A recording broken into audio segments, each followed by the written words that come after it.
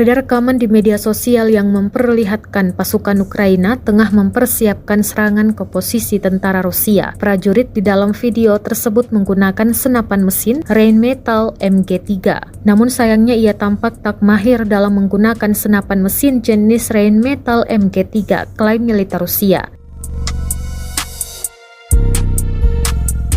Rekamannya ramai beredar di Telegram pada Rabu 11 Januari 2023. Ia tampak kesulitan mengoperasikan senapan mesin tersebut. Diketahui, Ukraina meningkatkan pertahanan di wilayah timur negaranya saat serangan Rusia yang tiada henti terus berlanjut dalam perang yang terjadi hampir setahun ini. Ukraina juga menyatakan bahwa pasukannya menangkis serangan terus-menerus di kota Bakhmut oleh kelompok tentara bayaran Rusia Wagner.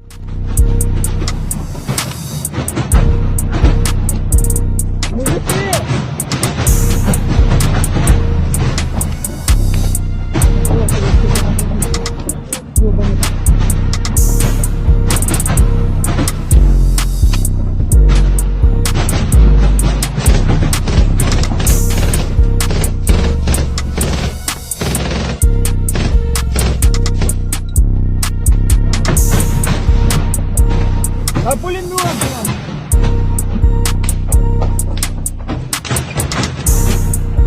Сейчас, звоните, хоть просто поработали, да.